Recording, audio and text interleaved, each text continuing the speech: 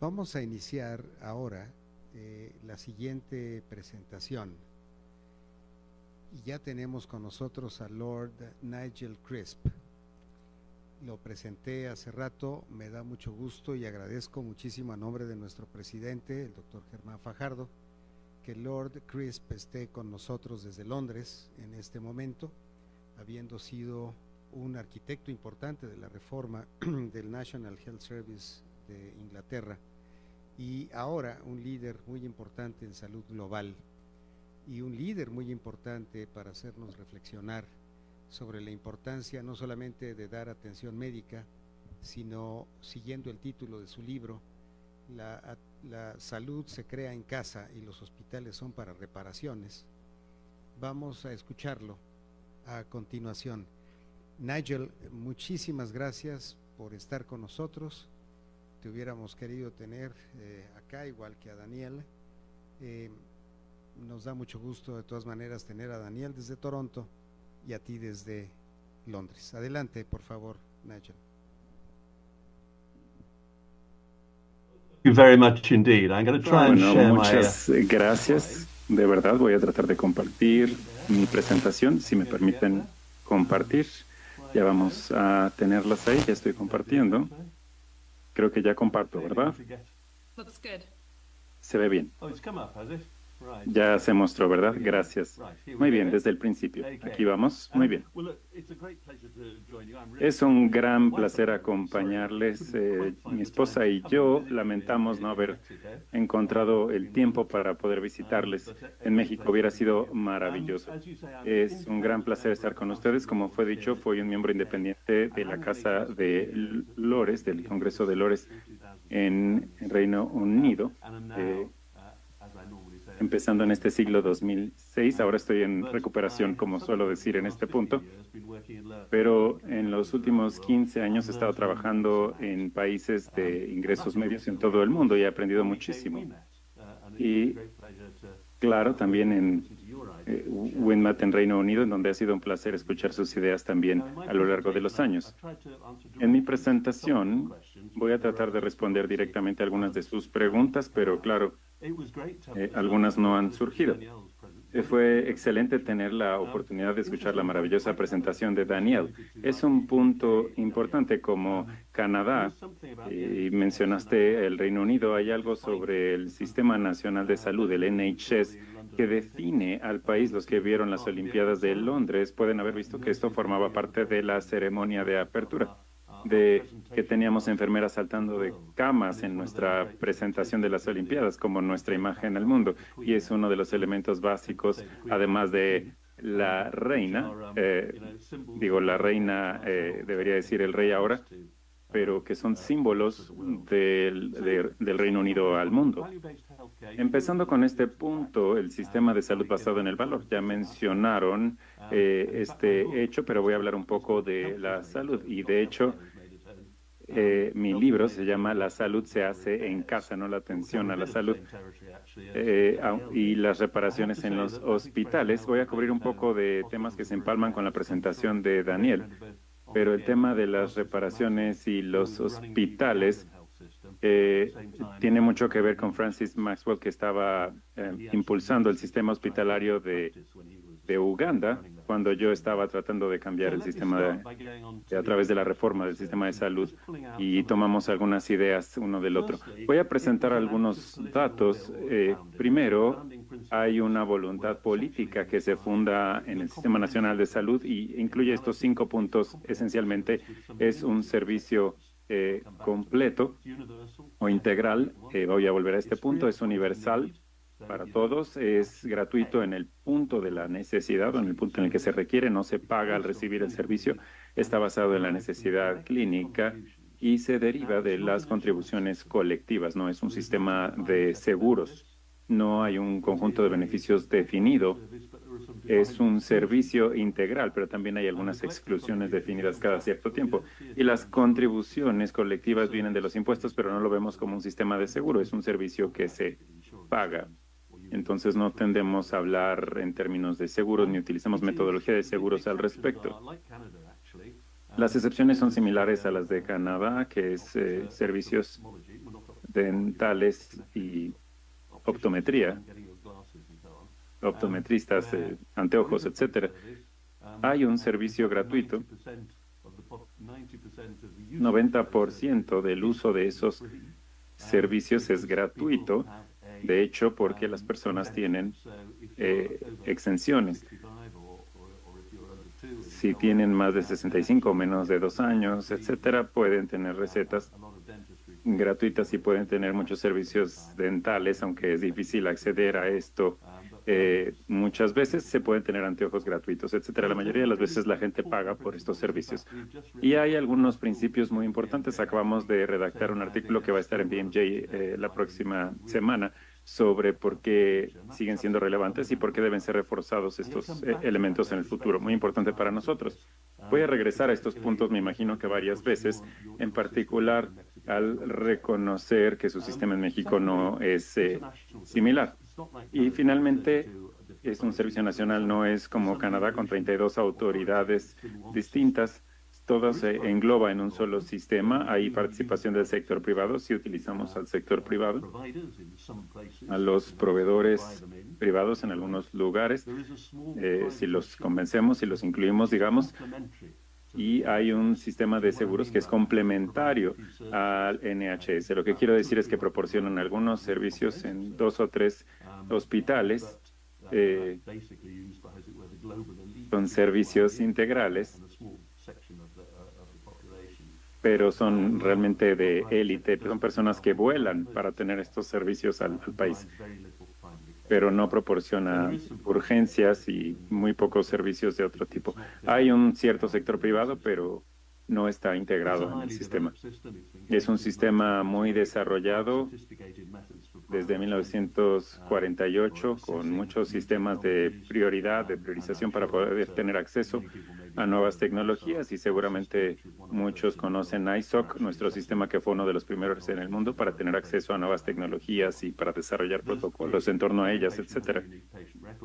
Todo paciente tiene un expediente único sobre una de sus preguntas. Hay muchas funciones centrales que lidian con aspectos como ética, por ejemplo, pero también la certificación de las medicinas y el uso de medicinas. Tenemos ciencia biomédica de primera calidad y educación médica también de gran calidad, y en comparación con otros países pueden ver que estamos allá en los primeros lugares entre los líderes mundiales en estas áreas. Sin embargo, después de haber dicho esas cosas maravillosas, en este momento nos encontramos en una crisis.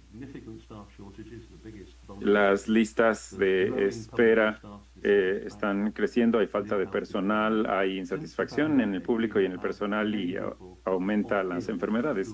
Desde la pandemia hemos tenido muchas personas que han estado sin posibilidades de trabajar por muchos motivos. Primero tiene que ver con la salud, en otro sentido tiene que ver con el sistema de salud, que puede no funcionar adecuadamente, y también con la atención mental del COVID, etcétera. Y hay políticas públicas que han estado también causando efectos como de austeridad, porque COVID-19 nos puso en una situación difícil, pero debajo de esto hay un programa mayor y un problema mayor, que estructuralmente, y sobre lo que dijo Daniel de la atención primaria, seguimos utilizando un modelo del siglo XX para problemas del siglo XXI. Seguimos basados en hospitales, seguimos basados en especialidades únicas, seguimos basados en epicentros de salud, y el tipo de cosas que se necesitaba para epidemiología de 1940, pero no para problemas del siglo XXI.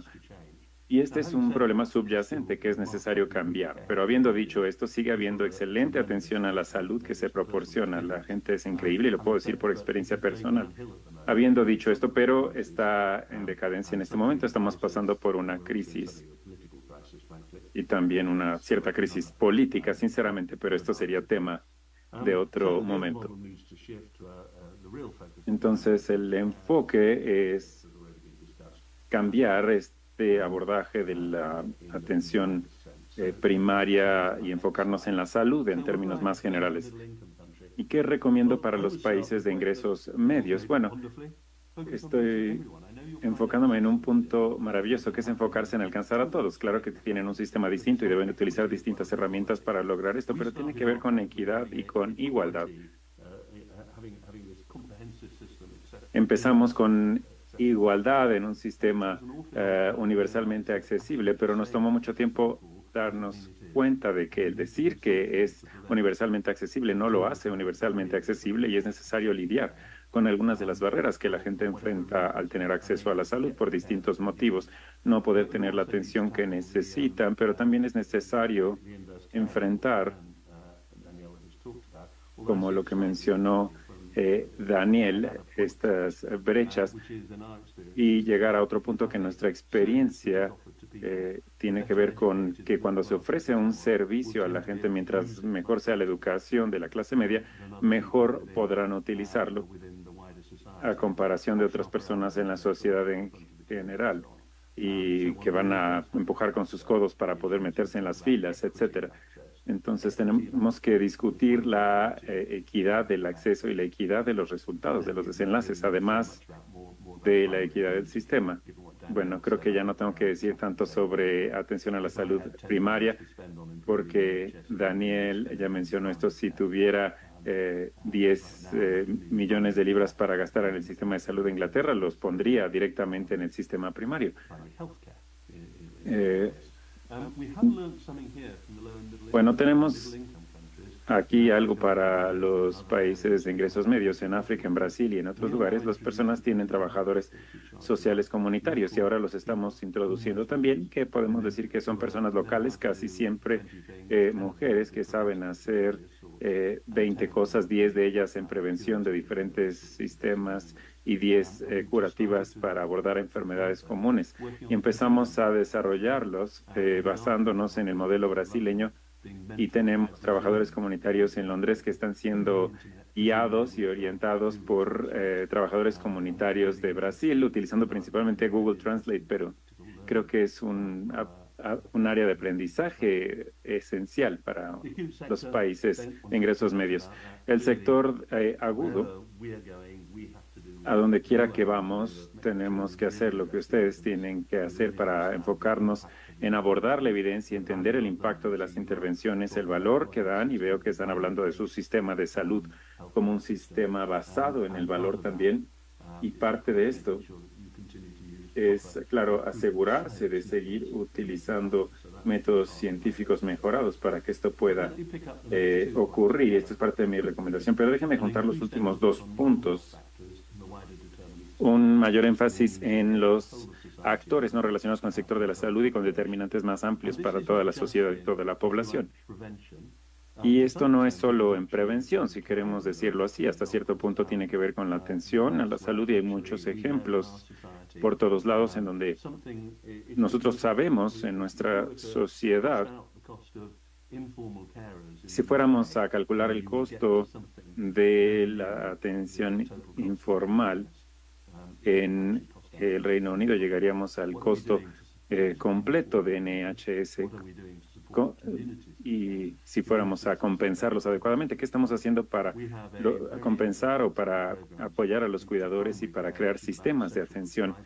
También fuera de los hospitales tenemos que incluir las recetas a nivel social, el alcance de recetas a nivel social, los doctores y las enfermeras que pueden recetar y que pueden también recetar cosas como ejercicio o como actividades de esparcimiento como la jardinería. Y también en el caso de enfermedades como EPOC, cosas que no tienen que ver con los pulmones necesariamente, pero que tienen que ver con la socialización y con relacionarse con otras personas. En cuanto a las recetas sociales, como les llamamos, que tiene que ver con involucrar a las organizaciones para el trabajo con las personas. Pero aquí hay un punto más amplio también por considerar, que es que también acabamos de comenzar a hablar sobre la creación de la salud. Todos hablamos de la prevención, y que claro tiene que ver con prevenir las causas de las enfermedades, pero también tenemos que pensar, y este es uno de mis énfasis personales, de que la salud se construye en casa. ¿Cuáles son las causas de la salud? Conocemos muchas de ellas. Hay cosas como una vida social, socialización, no estar aislados. De hecho, hay un artículo reciente de JAMA sobre cómo tener un sentido de propósito en la vida es bueno para nosotros. Sabemos que el acceso a la naturaleza, en contacto con la naturaleza es muy bueno, ejercicio, una dieta adecuada, sabemos que tener autonomía y no sentirse totalmente fuera de control son, de hecho, un rango de cosas que nos ayudan y cómo nos aseguramos de estructurar la sociedad de esta forma. El libro que mencionaron, perdón, estoy cambiando el nombre, no fue Francis, fue Enrique, tiene que ver, habla de cómo crear una sociedad que crea salud. Porque de hecho el NHS y el sistema de salud no lo pueden hacer por sí solos. Creo que hay una gran oportunidad, principalmente en países de ingresos medios, donde hay mucho legado del que deshacerse. Nosotros, Canadá y otros, tenemos un gran legado de cosas tradicionales que hemos hecho por 65 años o 80 años o algo así. Y claro, después el desarrollo de tecnologías, pero también aprender de otros países de ingresos medios. Hay mucho que podemos aprender de los países de ingresos altos, pero también nosotros podemos aprender de los países de ingresos bajos y de ingresos medios. Y tenemos que ser más humildes a veces en esos términos. Estas son algunas de mis recomendaciones. Si pienso en los principales factores del éxito en el caso de Inglaterra, creo que los principios fundadores fueron esenciales. E incluir a todos en ellos. Todos sentían que eran parte de su sistema, y querían participar, involucrarse. Creo que esto ofrece un gran nivel de continuidad. Y de hecho, a pesar de lo que mencioné, tenemos bastante buenas capacidades de atención primaria que hemos logrado en estos años, y casi prácticamente todos están registrados en una práctica. Tiene un doctor o una clínica de atención primaria. Algunas personas, dos médicos que tienen responsabilidad sobre ello, pero aún hay altos niveles de apoyo público y político, lo cual es muy importante porque los sistemas de salud son difíciles de trabajar, de manejar, y se necesita mucho apoyo, y podemos aprovechar este gran nivel de ciencia y de educación profesional que me parece muy importante. Y creo que algunos sistemas sofisticados y prioridades incluyen la integración de la tecnología, que es esencial, pero como dije, esto se tiene que desarrollar en todas las áreas. ¿Y qué errores podrían ser algunos de los que hemos tenido? Tal vez la sobrecentralización demasiado. En términos de decisiones se toman a nivel central en el país que afectan a todos, demasiada politicalización. Y esto también lo podemos encontrar en otros países. Mi argumento es que necesitamos que los políticos tomen las decisiones grandes.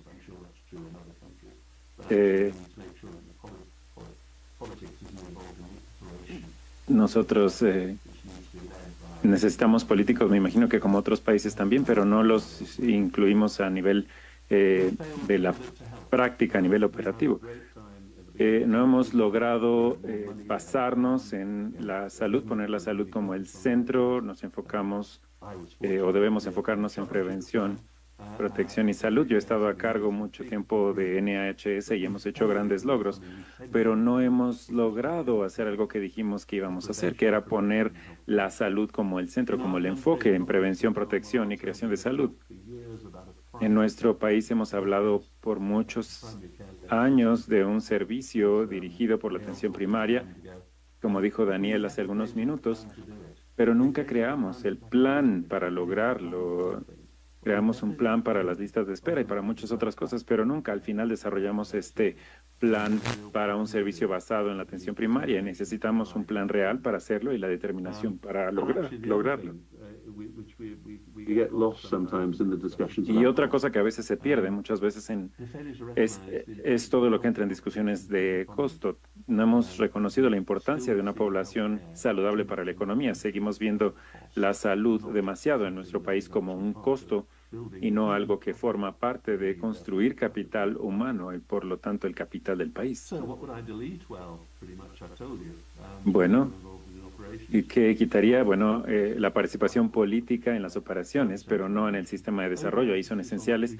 Sobrecentralización, un énfasis exagerado en el lenguaje económico y en los marcos económicos de exclusión y confusión del servicio con un negocio. Es un servicio que puede utilizar métodos de negocio solo cuando sea apropiado y donde sea apropiado. Hemos enfocado demasiado en el lenguaje mercadológico, económico, hablamos mucho de la demanda en lugar de la necesidad, de la atención a la salud, hablamos de oferta en lugar de dar servicios. Hablamos en un modelo muy, muy económico y creo que debemos tener cuidado con esto porque a fin de cuentas el sistema de salud es una parte muy esencial de un país.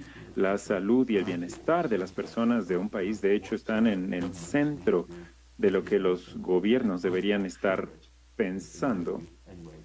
Y no pueden igualarlo, en mi perspectiva, a un negocio, a una empresa. Prioridades y valores, bueno, los principios fundadores que mencioné ya bastante y el artículo que vamos a tener en Jay la próxima semana sobre esto. En 2013, la Constitución de Inglaterra agregó en la legislación un mayor deber de equidad. Y esto sería increíble, ¿no? Haber tenido esto desde el principio. Los mayores estándares de excelencia y profesionalismo, los pacientes en el centro, trabajar en alianzas, el mejor valor por el dinero y, claro, rendición de cuentas. Cosas que no fueron discutidas en ese término en 1948, cuando lo fundamos. Nuestras prioridades son definidas nacionalmente, pero también se les agrega localmente porque tenemos una población muy diversa, una población muy concentrada, como nos mostró Daniel en su mapa, que tenía también el Reino Unido al lado.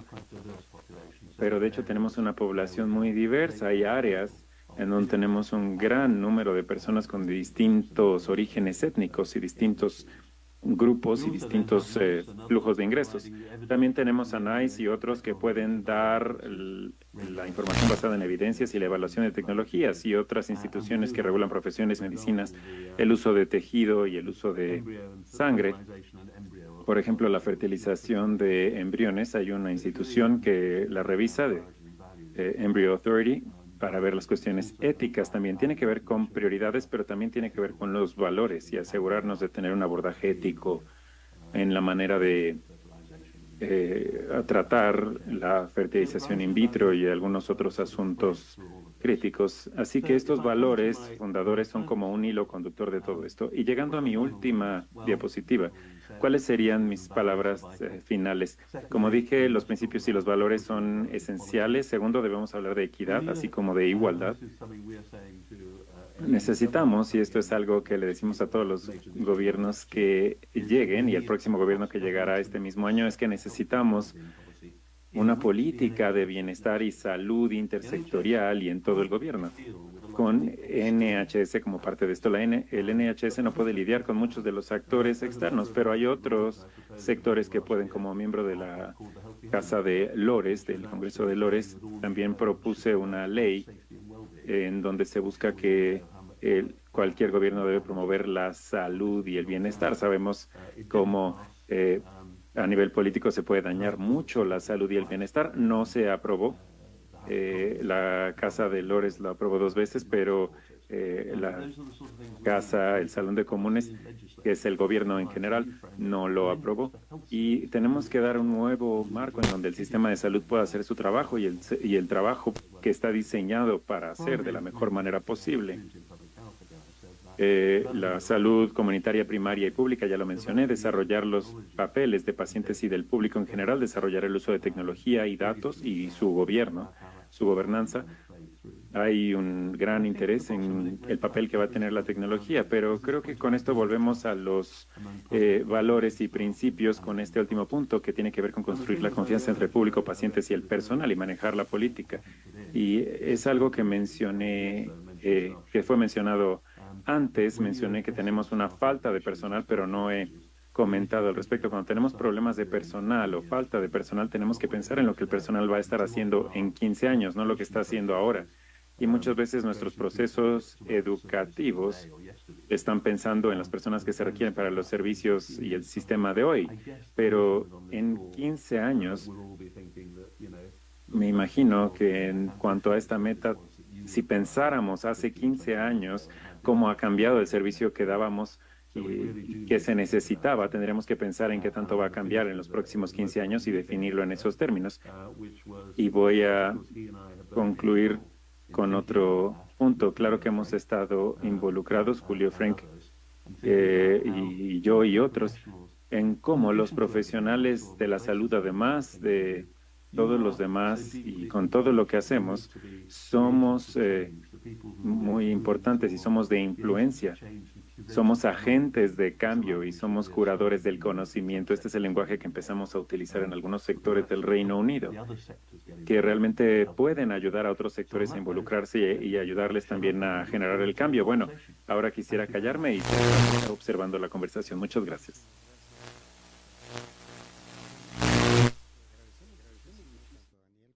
Como a Nigel, que hayan hecho sus presentaciones de una manera tan concreta y tan enfocada, porque han terminado ambos 10 minutos antes de lo previsto, y eso nos dará oportunidad también para analizar con más calma las dos presentaciones y hacerles preguntas.